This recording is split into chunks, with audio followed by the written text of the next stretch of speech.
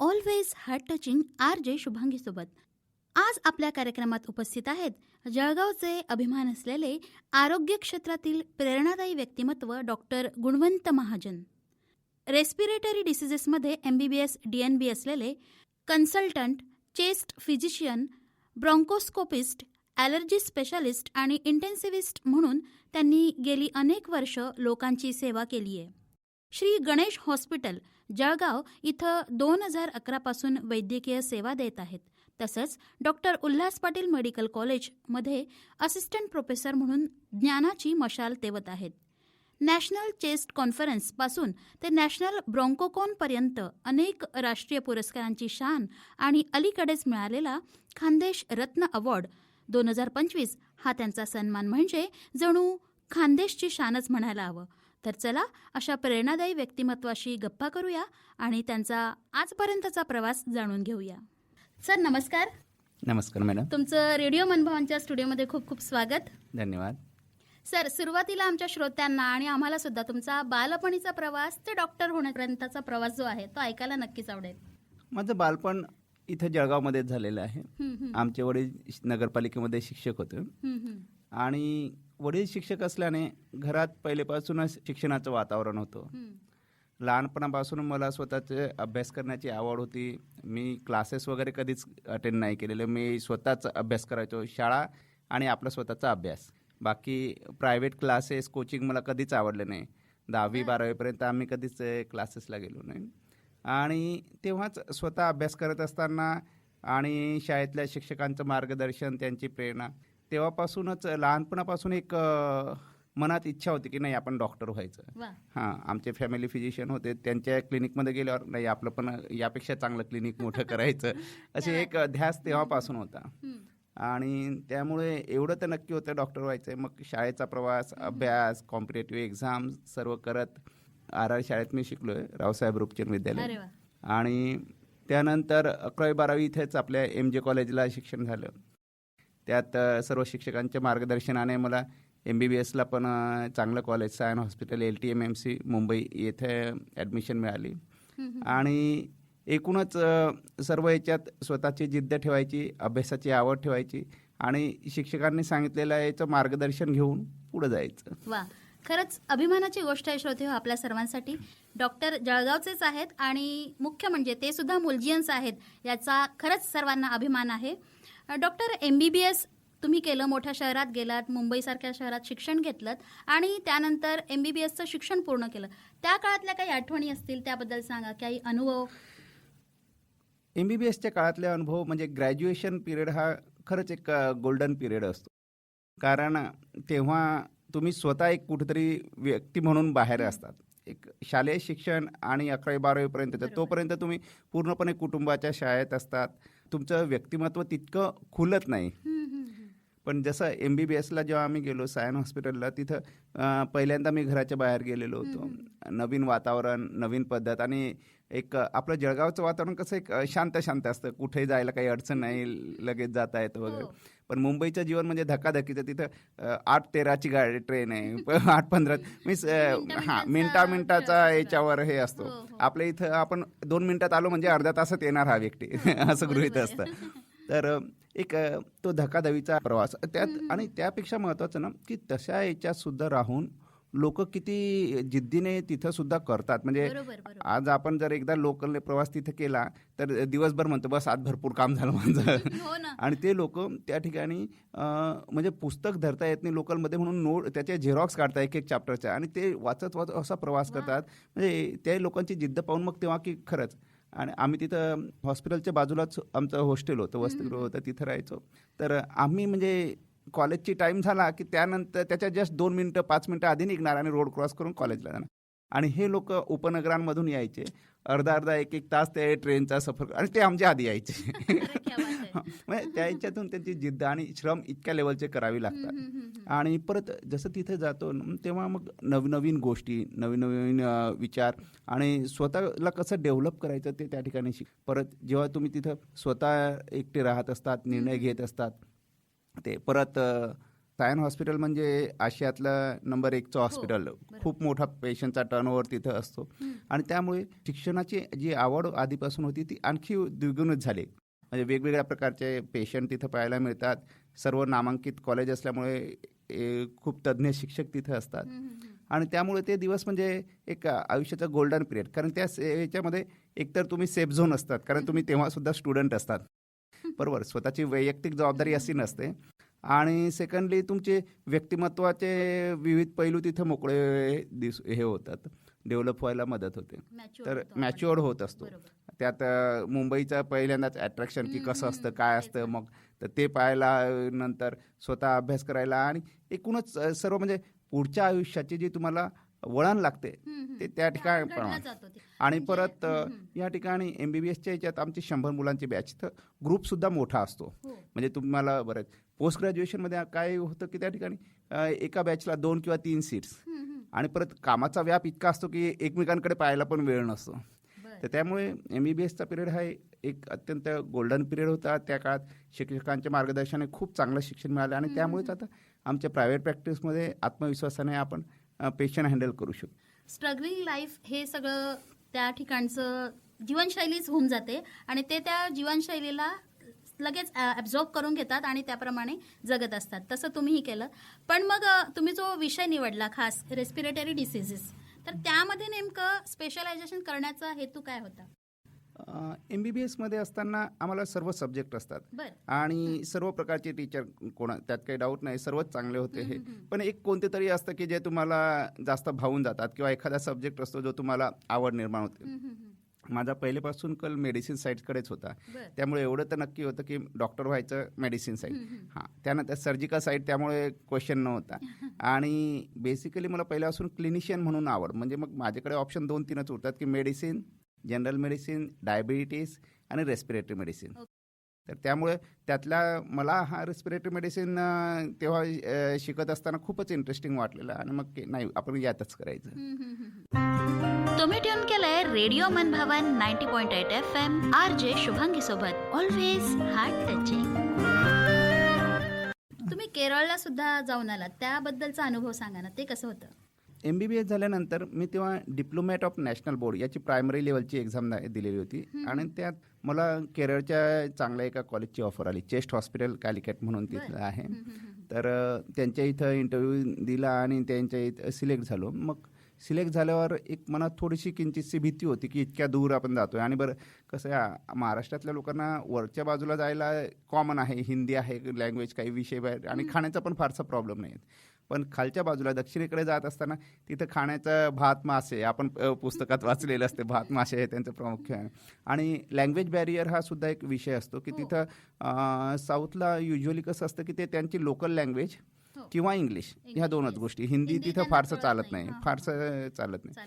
आणि परत केरळमध्ये म्हणजे आपण कधी गेलो नाही, काही नाही, पहिल्यांदा एक थोडीशी मनात भीती होती. पण जसं मी गेलो तर तिथलं म्हणजे केरळचं वातावरण खूपच सुंदर आहे. म्हणजे ॲक्च्युली एक नैसर्गिक, त्यांना म्हणतात ते गॉड्स ओन कंट्री, देवाचे अस्तित्व तिथं आहे असं त्यांचं वाक्य आहे. आणि खरोखर एक खूप सुंदर ते तिथली भूमी आहे. जागोजागी 5-5 मिनिटांवर तुम्हाला नदी लागते. आजूबाजूला ते नारळाचे झाडं नदीवर लोंबकळत असतात अशासारखं. तर सुंदर, म्हणजे तुम्ही पहिल्यांदा पाहाल तर एखाद्या आपण जसं हिल स्टेशनवर जातो त्याच्यासारखे. आणि जसं तिथं मी गेलो आणि तिथं हॉस्पिटलमध्ये आमच्या सरांशी बोललो, त्यांच्याशी तिथल्या स्टाफशी बोललो, तर एक अट्रॅक्शन निर्माण झालं की म्हणजे ते खूपच कॉपरेटिव्ह होते आणि इन्स्टिट्यूट पण चांगलं होतं. मग त्यामुळे मग मी निर्णय घेतला की नाही, करायला काहीच हरकत नाही. आणि बघा, आयुष्यात बदल हा गरजेचा असतो आणि नवीन परिवर्तन तुम्ही घ्यायला पण शिकलं पाहिजे आणि ते आत्मसात सुद्धा केलं पाहिजे. बरंच काही शिकायला मिळालं त्या ठिकाणी सुद्धा. हो. आणि आता नुकतंच नॅपकॉन 2007 आणि ब्रॉन्कोकॉन 2008 मधील पुरस्कार मिळवताना तो अनुभव कसा होता, नेमकं त्याबद्दल सांगा ना मला. मी 2007 पासून ते 2010 पर्यंत माझं पोस्ट ग्रॅज्युएशन केरळमध्ये केलं. तर जसं मी सांगितलं, तिथले डॉक्टरसुद्धा तज्ज्ञ होते आणि सर्वात महत्त्वाचं तिथं जिथं आम्ही केलं ते प्रायव्हेट हॉस्पिटल होतं 100 बेड. तर त्या ह्याच्यात काय होतं की तुम्हाला ॲक्च्युअली पेशंट कसं ट्रीट करायचे, पेशंटशी कसं वागायचं. कारण गव्हर्नमेंट हॉस्पिटलमध्ये काम करण्याची पद्धत आणि प्रायव्हेटमध्ये काम नक्कीच. करण्याची पद्धत फरक. यात खूप फरक पडतो. आणि त्यामुळे पेशंटशी कम्युनिकेशन तुमचं संवाद कसा असला पाहिजे, डायग्नोसिस किती लवकर करता येते. कारण प्रायव्हेटमध्ये पेशंट जास्त दिवस थांबायला तयार नसतो. जितक्या लवकर तुम्हाला रिझल्ट देता येईल तर त्या गोष्टी ते कसं करायचं, नवीन टेक्निक कसं आत्मसात करायचं, नवनवीन सर्व त्या ठिकाणी सिटी स्कॅन त्यांचं त्या काळात अवेलेबल केलेलं होतं त्यांनी. सिटी स्कॅनचा जे मॉनिटर असतं त्याचं डेस्कटॉप सॉफ्टवेअर आमच्या इथं दिलेलं होतं. म्हणजे ह्या गोष्टी गव्हर्नमेंट हॉस्पिटलला किंवा गव्हर्नमेंट सेटअपमध्ये तितक्या लवकर नाही मिळू शकत. तर ते इन्फ्रास्ट्रक्चर तुम्हाला अवेलेबल झालं. ब्रॉन्कोस्कोपी तिथंच मी शिकलेलो आणि तिथेच सरांनी तेव्हा एनकरेज केलं मला की तू प्रेझेंटेशन पण करू शकतो. मग त्या काळातच तेव्हा नॅपकॉन म्हणून कॉन्फरन्स 2008 साली लखनौला होती आणि त्याच सरांनी की नाही तू कर, प्रयत्न कर, तुला जमेल. मग सरांच्याच एनकरेज, त्यांनी जी प्रेरणा दिली त्याच्यातूनच माझा एक थेसिस टॉपिक होता तेव्हा, मिथॅकोलिन चॅलेंज टेस्ट. म्हणजे अस्थमा दम्याच्या संदर्भातली एक टेस्ट असते ती आणि ती ॲडव्हान्स टेस्ट आहे, पुढचे प्रगतीशील टेस्ट आहे. तर त्या टेस्टवर माझा प्रबंध होता आणि मग त्यांनी म्हणे की याच्यावर तू करू शकतोस. मग मी त्याच्याच आधारित एक आपण तिथं पोस्टर प्रेझेंटेशन केलं होतं 2008 लखनौच्या नॅपकॉनमध्ये. आणि त्या पोस्टर प्रेझेंटेशनला त्यावेळी अस्थमा दम्याच्या सेक्शनमधलं फर्स्ट प्राईज मिळालं होतं. अभिनंदन. त्यानंतर त्याचाच पुढे धागा पकडून 2009मध्ये कॅलिकट इथंच ब्रॉन्कोकॉन म्हणजे हे जे श्वासमार्गाची दुर्बीण असते त्या संदर्भातली एक कॉन्फरन्स, स्वतंत्र कॉन्फरन्स असते, ते राष्ट्रीय स्तरावरची कॉन्फरन्स. तर त्यात एक स्पर्धा त्यांनी आयोजित केली होती की व्हिडिओ प्रेझेंटेशन. त्यात हे दुर्बिणीचा तपास जे आपण पेशंटचे करतो त्यातली एखादी इंटरेस्टिंग केस जर असेल तर ती तुम्हाला व्हिडिओच्या मार्फत प्रेझेंट करायची होती आणि त्याच्यावर तिथे संवाद, एक्झामिनर आणि तुमचे संवाद होतो आणि त्यावरून ते हे करणार, रिझल्ट देणार होते, इव्हॅल्युएशन करणार होते. तर त्या ठिकाणी आपण एक आमच्या याच्यात VCD व्होकल कॉर्ड डिस्फंक्शन म्हणून एक आजार असतो त्याच्या संदर्भातलं एक सुंदरसा व्हिडिओ आम्ही रेकॉर्ड केलेला होता आमच्याच पेशंटवरचा आणि तो तिथं आपण प्रेझेंट केला की बाबा हे असं असं असते, असं दिसतं, असं करायचं असतं. आणि तेव्हा देखील त्याचं डिस्कशन वगैरे झालं आणि त्यांनी जे मार्क्स दिले त्याच्यातून मग त्याच्यात व्हिडिओ प्रेझेंटेशनमध्ये फर्स्ट प्राईज आपल्याला तेव्हा मिळालेलं होतं 2009मध्ये. खूपच अभिमानाची गोष्ट आहे. ट्यून इन एनिवेअर, रेडिओ मन भवन 90.8 FM, ऑलवेज हार्ट टचिंग. नेमकं VCD या आजाराचे लक्षणं काय असतात नेमके? ॲक्च्युली VCD म्हणजे व्होकल कॉर्ड डिस्फंक्शन हा एक स्वरयंत्राच्या ठिकाणचा आजार आहे की त्या ठिकाणी स्वरयंत्र जे आहे ते पूर्णपणे मोकळे ओपन म्हणजे उघडे होऊ नाही शकत. नॉर्मली आपण जेव्हा बोलतो तेव्हा बोलताना स्वरयंत्राचे जे झडपा असतात त्या उघडलाव होत असतात आणि त्यामुळे वेगवेगळे स्वर आपले निघतात. आणि त्या ह्या आजारामध्ये काय होतं की युजली प्रामुख्याने फिमेल्समध्ये हा दिसतो की त्यामध्ये या ज्या पेशंट असतात ते थोडेसे इमोशनल टाईपचे असतात आणि त्यांच्या मनात जी अँझायटी किंवा जी उत्सुकता किंवा भीती आणि ह्या भावनांचं सर्व संप्रेरण होऊन ते जेव्हा त्यांना अटॅक येतो याचा तेव्हा ते व्होकल कॉर्ड स्वरयंत्र पूर्णपणे असं ओपन नाही होत, अर्धवट ओपन होते आणि त्यामुळे पेशंटला श्वास घ्यायला त्रास होतो किंवा खोकला येतो किंवा एकदम दम चढतो, जसं काही दम्यासारखं. तर बऱ्याच वेळा हे व्होकल कॉर्ड डिस्फंक्शन याचे पेशंट डायग्नोज न होता ते दमा म्हणून ट्रीट होत असतात. हां, आणि हे त्या एक पर्टिक्युलर टायमाला तो त्रास होतो आणि त्यानंतर थोड्या वेळातच पेशंटला जसं इमोशनल तो स्पर्ट गेला तसं पेशंट हळूहळू शांत होतो, थोडं मेडिकेशनने सेटल होतो. तर बरेच वेळा हे डायग्नोसिस याचं कठीण पडतं कारण याचे लक्षणं पूर्ण दम्यासारखे येतात. तर त्या संदर्भातला हा एक स्पेशल व्हिडिओ आम्ही केला होता. पण बऱ्याच रेअर केसेस असतील. बऱ्याच रेअर केसेस असतात. हे व्हिडिओ प्रेझेंटेशनसाठी तशा वेगळ्या प्रकारच्या केसेस किंवा काहीतरी नवीन हे असंच हे लागतं. तुम्ही ट्यून केलंय रेडिओ मन भवन 90.8 FM, RJ शुभांगी सोबत, ऑलवेज हार्ट टचिंग. 2011 सालापासून आपण सेवा करत आहात, तर कसा अनुभव असतो? पेशंट्स ग्रामीण भागातले, शहरी भागातले, कसा फरक पडतो? असं आहे की जसं माझं पोस्ट ग्रॅज्युएशन झालं परत 1 वर्ष मी आमच्या जिथं मी MBBS केलं सायन हॉस्पिटल तिथं 1 वर्ष परत सेवा दिली. तिथल्या सरांशी आमचे संबंध होते. त्या याच्यावर की चल 1 वर्ष तरी तुला शाळेला द्यायचं आहे, आपल्या हॉस्पिटलला द्यायचं आहे. मग 2010ला पोस्ट ग्रॅज्युएशन झाल्यावर 1 वर्ष 11पर्यंत मी तिथं केलं आणि त्यानंतर मग आपलं जे जन्मभूमी आणि कर्मभूमी म्हणून आहे तिथं जळगाव शहरात मी आलो आणि तिथं 2011 पासून आम्ही सुरुवातीला 3 वर्ष मी एका मल्टी स्पेशालिटी हॉस्पिटल गणपती हॉस्पिटलला काम केलं इंटेन्सिव्हिस्ट म्हणून. आणि त्यानंतर आता 14 माझं स्वतःचं हॉस्पिटल आम्ही श्री गणेश हॉस्पिटल म्हणूनही केलेलं आहे. आणि तिथं रेस्पिरेटरी स्पेशालिटीचं आम्ही सर्व हे करतो. समजा सर्दी, ॲलर्जी, दमा, खोकला, निमोनिया, नंतर कोविड. अलीकडच्या कोविडचं जेव्हा आपल्या इथं जळगावमध्ये सर्व पूर्ण जगभरच हाहाकार होता, तर तेव्हा जळगावमध्ये जे गव्हर्नमेंटने जळगाव जिल्ह्यासाठी जो टास्क फोर्स नेमला होता त्याचा देखील मी सदस्य होतो. आणि त्या काळात मग गव्हर्नमेंटला या संदर्भात मार्गदर्शन, शासकीय पातळीवर काय उपाययोजना करता येईल त्या संदर्भात सल्ला मसलत, लोकल लेवलवर कसं हे करता येईल त्या संदर्भात ते सुद्धा कार्य आपण केलं आहे. आणि 2011 जळगाव शहरामध्ये आपले श्वासासंदर्भात चालू आहे. त्या संदर्भात बऱ्याच वेळा आपण प्रबोधनपर लेक्चर्स झाले आहेत, वेगवेगळ्या न्यूजपेपरच्या माध्यमातून किंवा शिबिरांच्या माध्यमातून जळगाव जिल्ह्यातल्या तालुक्याच्या लेवलवर इव्हन खेडोपाडी जाऊन आम्ही शिबिर तेव्हा घेतलेले आहेत. आणि त्या माध्यमातून जनजागृती करणं, लोकांच्या समस्या दूर करणं याबाबत एक ध्येय मनाशी ठेवून आपलं ते प्रयत्न चालू असतात. त्यात कधीकधी न्यूजपेपरमधून आर्टिकल्स, मुलाखतद्वारे किंवा शिबिरांद्वारे लोकप्रबोधन आपण करत असतो. सुंदर असं कार्य, म्हणजे सामाजिक कार्यात सुद्धा तुमचा कुठे ना कुठे सहभाग असतो आणि त्यानिमित्ताने एक अवेअरनेस निर्माण केला जातो. खूपच छान असं कार्य आहे. ट्यून इन एनिवेअर, रेडिओ मन भवन 90.8 FM, always heart touching. Covid काळातला अनुभव कसा होता? कोविड असा एक जागतिक महामारी याने जग बदलवलं. कोविडच्या आधीचं जग आणि कोविडच्या नंतरचं जग हा पूर्णपणे वेगळा फरक आहे. कधी असं वाटलं नव्हतं की इतकी काही महामारी येऊ शकते, इतकं काही लॉकडाऊन हा प्रकार कधी आपण ऐकला नव्हता, की असं की सर्व बंद होतं, रस्त्यावर जाणं बंदी असते. हे फक्त कर्फ्यू मिलिटरीच्या काळात ते ऐकलेलं असायचं.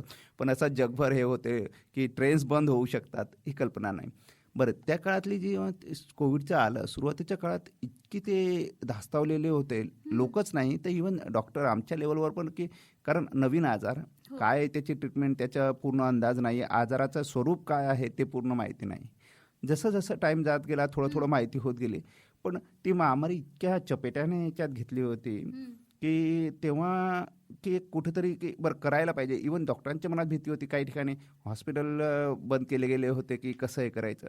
पण मग तेव्हा आमची स्पेशालिटी रेस्पिरेटरी स्पेशालिटी आणि त्या ह्याच्याने आजार रेस्पिरेटरी, कोविड आजार आहे श्वासासंदर्भात, त्यामुळे मनात एक जाणीव होती की नाही इथं आपल्याला काहीतरी काम करायचं आहे.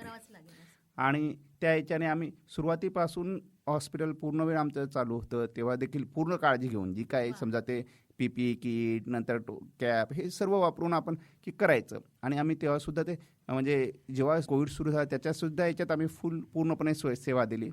इवन त्या काळात सुरुवातीच्या काळामध्ये जसं जसं आजार चालू होते तर सिव्हिलमधले स्वतः डॉक्टर काही आजारी पडलेत, सिव्हिलमधले जे तज्ज्ञ होते ते सुद्धा स्वतः आजारी पडले. तेव्हा एक अंतर्मनाच्या जाणीवेने की जर ते आजारी पडले तर मग तिथं कोणीतरी स्पेशालिस्ट पाहिजे, म्हणून मी स्वतःहून तिथं 15 दिवस सेवा दिली होती कोविडच्या काळात श्वासाचे तज्ज्ञ म्हणून. जेव्हा तिथले डॉक्टर आजारी पडले तेव्हा आम्ही आमच्यातर्फे स्वतःहून की नाही बाबा 2 तास मी देईल आणि तिथं मार्गदर्शन करेन. तर ती एक मनात कुठेतरी जाणीव होती आणि कदाचित त्या जाणीव आणि त्याचा चांगला परिणाम म्हणून म्हणा इतक्या 3 वर्ष आम्ही कोविडमध्ये काम केलं, पण कधी आम्हाला त्याचा त्रास नाही झाला. हेच म्हणजे कुठेतरी एक आपण जर समजा देवाच्या याला कुठं मानत असू तर की जो चांगलं काम करतो त्यांनी प्रोटेक्शन, कारण 24 तास आम्ही पेशंटमध्ये असायचो. तेव्हा मी जवळजवळ 5 हॉस्पिटलला सेवा देत होतो. पण देवाच्या कृपेने सर्व सुरळीत पार पडलं. ही एक जमेची बाजू म्हणायला हवं. रेडिओ मन भावन 90.8 FM, ऑलवेज हार्ट टचिंग. तर डॉक्टर, आपल्या मते अस्थमा, ॲलर्जी हे सारखे जे पेशंट असतात त्यांच्यामध्ये अजूनही बरेच काही गैरसमज आहेत, तर त्याबद्दल तुम्ही काय सांगाल आणि नेमकं त्या पेशंट्सना तुम्ही काय सांगू इच्छिता? बघा, ॲलर्जी दमा हा सामान्य आजार आहे आणि तो खूप चांगल्या प्रकारे कंट्रोल करता येतो. त्यात भीती वाटण्यासारखं किंवा कमी वाटून घेण्यासारखं काही नाही. काही वेळा आता आमच्याकडे पेशंट येतात, एखाद्या लहान मुलाला वगैरे आजार असला, त्याचे आई वडील चिंतित असतात की बाबा आत्तापासून दमा, याला तुम्ही पंप कसं आत्तापासून कसं काय होणार. तर ह्या ज्या मनातल्या भीती आहेत त्या पूर्णपणे काढून टाकायला पाहिजे की या याच्यामध्ये की हा आजार इतका चांगला आजार आहे की तो पूर्णपणे व्यवस्थित कंट्रोल करता येतो, कंट्रोलमध्ये ठेवता येतो आणि बऱ्याचशा याच्यात त्याचे पूर्ण सिम्पटम फ्री बराचसा काळ तुमचा जाऊ शकतो. मी नेहमी पेशंटला उदाहरण देतो की तुम्हाला दमा असला, बरेच आजार असे आहेत की जे क्रॉनिक किंवा वर्षानुवर्षे चालणारे आहेत, जसं तुमचा डायबिटीज झाला, BP झाला, बरेच आजार असे आहेत आणि त्या आजारांमध्ये तुम्हाला नेहमीसाठी औषधं तर घ्यावीच लागतात, पण औषध घेऊन देखील आजार वर्षानुवर्षे पुढं थोडा सरकतच राहतो. डायबिटीज झालं की 8-10 वर्षांनी तुम्हाला कार्डियाक कॉम्प्लिकेशन, पॅरालिसिस, बाकी या गोष्टी येतातच. त्या मनाने दमा आणि हा आजार असा आहे की तो तुम्ही पूर्णपणे कंट्रोल ठेवता येतो खूप छान प्रकारे. बरेचसे पेशंट तर म्हणजे लक्षणविरहित बऱ्याच काळासाठी राहू शकतात, फक्त त्यांना काही काळजी त्याच्या विशेष घ्यायच्या असतात. ठीक आहे. दुसरी ॲलर्जी दम्याच्या बाबत लोकांच्या मनात पंपाच्या विषयी, तोंडावाटे श्वासावाटे घ्यायचे पंप, ते म्हणतात पंप घेतला म्हणजे मी काय इतका म्हातारा झालो का, मला इतका, आणि त्या ह्याच्यात एक्झॅक्टली. आणि त्यामुळे त्यात आम्ही पाहतो की बऱ्याच जणांना आजार इतका होऊन जातो की फुफ्फुसाची कॅपॅसिटी निम्म्यावर येऊन जातो, तरी सुद्धा ते पंप घ्यायचा नाही म्हणून औषधं घ्यायचे टाळतात. आणि त्याचा दुष्परिणाम काय होतो, आजार पुढच्या टप्प्यात निघून जातो आणि मग त्यावेळेस त्यांना औषधं देऊन देखील रिझल्ट पूर्ण मिळू शकत नाही. मग तर केव्हाही आमच्याकडे पेशंट आला की आम्ही त्याचं प्रबोधन हे केव्हाही प्रामुख्याने हे करतो की औषधांची गरज काय, गरज आहे का, आहे तर किती प्रमाणात, कोणते औषधं घ्यायला पाहिजे, कसे घ्यायला पाहिजे, या संदर्भातच एक मी सांगतो की लोकांच्या प्रबोधनासाठी आम्ही एक यूट्यूब चॅनल पण आहे आमच्या स्वतःचं ब्रीथ बेटर टुडे म्हणून आपलं एक यूट्यूब चॅनल आहे की जिथं पेशंटचे हे जे पेशंट आम्हाला शंका विचारत असतात, प्रश्न विचारत असतात, तर बऱ्याच वेळा काय होतं क्लिनिकमध्ये प्रत्येक पेशंटच्या त्याच प्रश्नांना उत्तरं देणं तितका वेळही नसतो किंवा पेशंट एका वेळेस विचारूही शकत नाही, विसरून जातात. मग आम्ही काय केलं की जे आम्हाला पेशंट प्रश्न विचारतात त्याचाच एक छोटासा व्हिडिओ आम्ही बनवायचो आणि ते व्हिडिओच्या माध्यमातून ते आम्ही आमच्या यूट्यूब चॅनलला टाकलेले की जेणेकरून पेशंट समजा एखादा पेशंट पहिल्यांदा आला, त्यांना दम्याचं आपण डायग्नोस केलं, त्यांना आम्ही सजेस्ट करतो की तुम्ही हे व्हिडिओ बघून घ्या की जेणेकरून त्यांच्या मनातल्या असलेल्या शंकांची उत्तरं त्यात त्यांना मिळून जातात. तर एक लोकप्रबोधनाचं एक छानसं कार्य.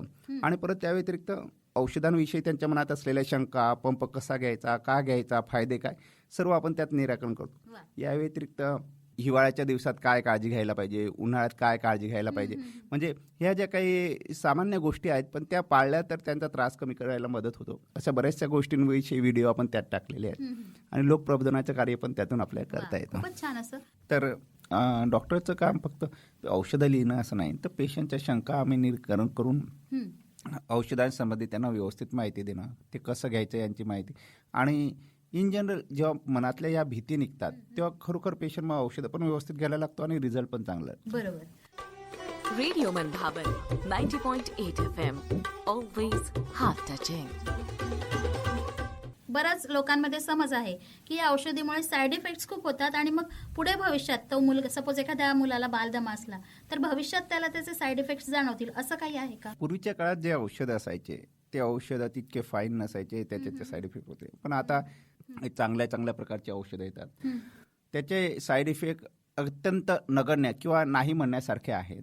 आणि लॉंग टर्ममध्ये सुद्धा तुम्ही जेव्हा डॉक्टरांच्या देखरेखीत औषधं घेतात तेव्हा प्रॉब्लेम नाही होत. काय होतं, लोक अर्धवट गोष्ट घेतात की एखादं औषध केव्हा 5 दिवसासाठी दिलं, तेच औषध पेशंट विदाऊट प्रिस्क्रिप्शन महिन्यानुमहिने आणि वर्षानुवर्षे घेत राहतो. मग हे औषधं कोणतेही असतात ते स्वतः डॉक्टरांच्या देखरेखीखाली आणि पाहिजे त्या डोसमध्ये घेतले तर तसे साईड इफेक्ट नाही होत. तेव्हा केव्हाही माझं पेशंटला सांगणं असतं की डॉक्टरांनी जेव्हा प्रिस्क्रिप्शन तुम्हाला दिलंय तेव्हा किती दिवसासाठी ते व्हॅलिड आहे तेवढ्याच दिवस ते वापरा, त्यावर ओव्हर द काउंटर किंवा वरचेवर औषधं घेऊ नका. कारण त्या औषधांचे ते वापरायचं कसं हे शिकण्यासाठी आम्हाला 3-3, 5-5 वर्ष कॉलेजमध्ये आणि हॉस्पिटलमध्ये घालवायला लागतात. ते वरच्यावर असे घ्यायला नको. तर वैद्यकीय सल्ल्याशिवाय कोणतेही औषध आणि अनियमित काळासाठी घेऊ नये. डॉक्टरांच्या मॉनिटरिंग खाली घ्या. ते औषधं सेफ आहेत.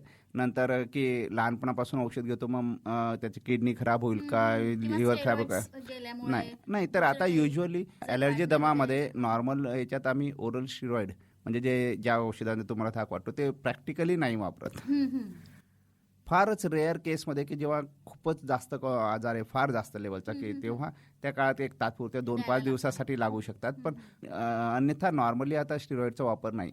होतं कसं की हे पेशंट गावच्या लेवलवर किंवा छोट्या डॉक्टरांकडे जातात आणि नाही तुम्हीच द्या मग त्या याच्यात स्वस्तातलं औषध, मग स्वस्तातलं औषध स्वस्ताप्रमाणेच असतं. तर त्यामुळे मग काही साईड इफेक्ट वगैरे होऊ शकतात. पण प्रॉपर तुम्ही ट्रीटमेंट स्पेशालिस्टच्या अंडर घेतली तर ती अडचण नाही आहे. छानच माहिती आमच्या श्रोत्यांना या संवादातून मिळतेच आहे. सर, शिक्षक म्हणून सुद्धा तुम्ही भूमिका निभावता, एक असिस्टंट प्रोफेसर म्हणून मेडिकल कॉलेजमध्ये काम सुद्धा करतात, तर ती भूमिका किती महत्त्वपूर्ण वाटते? मी स्वतः शिकत असताना एक पॅशन तेव्हा सुद्धा मनात होतं, आणि की जे आपल्याला माहिती आहे ते दुसऱ्यांना द्यावं. जे आपल्याकडे म्हणतात की अन्नदान, धनदान, भूमिदान, तर त्यामध्येच एक महत्त्वाचं दानमध्ये ज्ञानदान हा एक महत्त्वाचा भाग आहे. आणि एज्युकेशन मस्ट गो ऑन. शिक्षण हे चालू राहिलं पाहिजे. तुम्ही जेव्हा नादान असतात, तुम्ही शिकतात, तुम्ही मेहनतीने पुढे जातात, नंतर तुम्ही तुमच्या प्रॅक्टिसमधून नवीन काहीतरी शोधून काढतात. जसं आता नॅपकॉनच्या याच्यात आम्ही पोस्टर प्रेझेंटेशनमध्ये काही नवीन गोष्टी समोर आल्यात, त्या आपण कळतं, आणि आपल्याला ज्या कळलं आहे ते जगाला सांगा. सेम गोष्ट जसं तुम्ही शिकले आहेत, तर आता पुढची एक पिढी आहे की जे आता बडिंग डॉक्टर्स आहेत ते शिकत आहेत. मग त्यांना आपण मार्गदर्शन करायचं, आपल्याला जे मिळालं ते पुढे द्यायचं, आणि आणखी आपण काय नवीन शिकलो ते त्यांना दिलं, म्हणजे पुढची एक आणखी त्यांना त्या उपर आणखी पुढची पायरी काहीतरी करता येईल, नवीन डेव्हलपमेंट त्याच्यात होईल. तर त्याचाच एक भाग म्हणून मी असिस्टंट प्रोफेसर म्हणून मेडिकल कॉलेजला आहे. गोदावरी मेडिकल कॉलेजला, मी उल्हास पाटील मेडिकल कॉलेजला तिथं मी आहे. आणि तिथं देखील आपल्या PG स्टुडंटला ज्ञानदानाचं काम आम्ही करत असतो. तुम्ही ट्यून केलंय रेडिओ मनभावन 90.8 FM RJ शुभांगी सोबत, ऑलवेज हार्ट टचिंग. मग या निमित्ताने आमच्या युथला काय सांगाल जे या क्षेत्रात येऊ इच्छितात, मेडिकल क्षेत्रामध्ये? असं आहे मॅडम की तुम्ही क्षेत्र कोणतंही निवडा, तुम्ही मेडिकल निवडा, इंजिनिअरिंग निवडा, तेच क्षेत्र निवडा ज्यात तुम्हाला इंटरेस्ट आहे. एक नुसतं पोट भरायचं म्हणून, रोजगारासाठी म्हणून तुम्ही कोणतं क्षेत्र निवडू नका. ज्यात तुम्हाला आवड आहे असं क्षेत्र तुम्ही निवडा. आणि तसं निवडत असताना ते तुम्ही तुमच्या स्वतःच्या इच्छेने निवडलंय म्हणून त्यात पूर्ण स्वतःला झोकून द्या. हे अगदी फार महत्वाचं. कारण बघा, टॉपर्सला कुठंच अडचण नाही आहे. तुम्ही कोणत्याही क्षेत्रात गेला, तुम्ही जर चांगलं काम करत असाल तर तुम्हाला कुठंच अडचण येत नाही. हां, तुम्ही धक्का गाडी असाल तर मग अडचणीच्या गोष्टी आहे. म्हणून केव्हाही तुम्हाला आवडेल त्याच क्षेत्रात जा, आणि त्या याच्यात एक्सिलन्ससाठी प्रयत्न करा, चांगल्यात चांगलं करण्यासाठी प्रयत्न करा. आणि ते करत असताना मनात कुठेतरी जाणीव ठेवा की या समाजाचं तुम्ही कुठं देणं लागतात. अगदी बरोबर. आणि त्या याच्याने आपला व्यवसाय करताना, आपला रोजगार मिळवत असताना जे काय इतर लोकांना सहाय्य करता येतं किंवा मार्गदर्शन करता येतं ते करत राहायचं. खूपच छान. म्हणजे आपण जे काही करणार आहोत त्यात आपलं बेस्ट देणं खूप महत्त्वाचं असतं, आणि त्या ध्येयाप्रती आपण प्रामाणिक असणं हे सुद्धा खूप महत्त्वाचं असतं. अनेक सन्मान तुमच्या नावी आहेत, अनेक पुरस्कारांनी तुम्ही सन्मानित झालेला आहात, आणि नुकताच तुम्हाला खानदेश रत्न अवॉर्ड सुद्धा मिळालेला आहे, त्याबद्दल सांगा ना. मला तर एकच कळतं मॅडम, आपल्याला जे काम आपण निवडलं आहे त्या याच्यात तुम्ही व्यवस्थित करा, चांगल्यात चांगलं करण्याचा प्रयत्न करा. आणि ते काम करत असताना अंतर्मनात त्या देवाला समोर ठेवून काम करा. तुमचे कामं व्यवस्थित होतात, आणि त्या तुमच्या कार्याची ओळख समाज हा घेत असतो, ती नोंद होत असते. आणि कुठंतरी मग त्या नोंदीतून म्हणा लोकांना माहिती होतं, ते स्वतःहून विचारतात, किंवा मग काही संस्था असतात की त्या अशा यांना प्रोत्साहन देण्यासाठी काही पुरस्कार घोषित करतात. तर बरोबर. तर मला असं वाटतं, मी ऐकलं एका ठिकाणी की सन्मानापेक्षा सन्मान करणारा हा महत्त्वाचा असतो, कारण त्याने आपल्यातलं काही गुण, उत्तरदायित्व जे आहे ते हेरलेलं असतं, आणि त्याची कुठेतरी नोंद त्यांच्याकडे असते. त्यानिमित्ताने ते आपल्याला सन्मानित करत असतात, आणि ते एक आणखी मोठं कार्य करण्याची प्रेरणा त्यातून सुद्धा आपल्याला मिळत असते, असं आपण म्हणू शकतो. तर खूपच छान डॉक्टर, तुमच्या संवादातनं बरीच माहिती आम्हाला मिळते आहे. पण यानंतर तुमचे भावी प्रोजेक्ट्स त्याबद्दल सांगा ना. पुढचे प्रोजेक्ट्स तुमचे काय असणार या क्षेत्रात? माझं श्वासाच्या आजारासंदर्भात स्पेशलायझेशन आहे, आणि त्या याच्यात नवनवीन गोष्टी ज्या येतात, ज्या जगात अवेलेबल होतात, त्या त्वरित आपल्या शहरात अवेलेबल करणं, मिळवून देणं, उपलब्ध करणं हे आमचा प्रयत्न असतो. त्या याच्यानेच काही नवीन तंत्रज्ञानाच्या ज्या टेस्ट येतात त्या आम्ही अवेलेबल करतो. आणि यातच आणखी पुढं कसं डेव्हलपमेंट करता येईल, लोकांचे त्रास आणखी कसे कमी करता येईल, आजार कसे बरे करता येईल, कमी त्रासामध्ये, कमी औषधामध्ये, तसा आमचा प्रयत्न असतो. त्या याच्याने काही रिसर्च प्रोजेक्ट्स पण आपण करत असतो. त्या संदर्भातलाच एक रिसर्च पेपर पुढे येणाऱ्या नॅपकॉनमध्ये आम्ही प्रेझेंट करणार आहोत.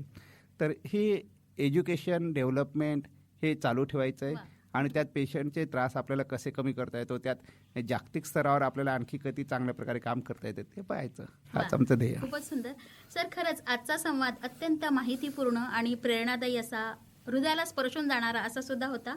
आपण केवळ डॉक्टर नाही आहात, तर समाजासाठी कार्य करणारे एक योद्धा आहात. आपल्या सेवेला सलाम आणि आपल्या पुढच्या कार्याला सुद्धा खूप खूप शुभेच्छा.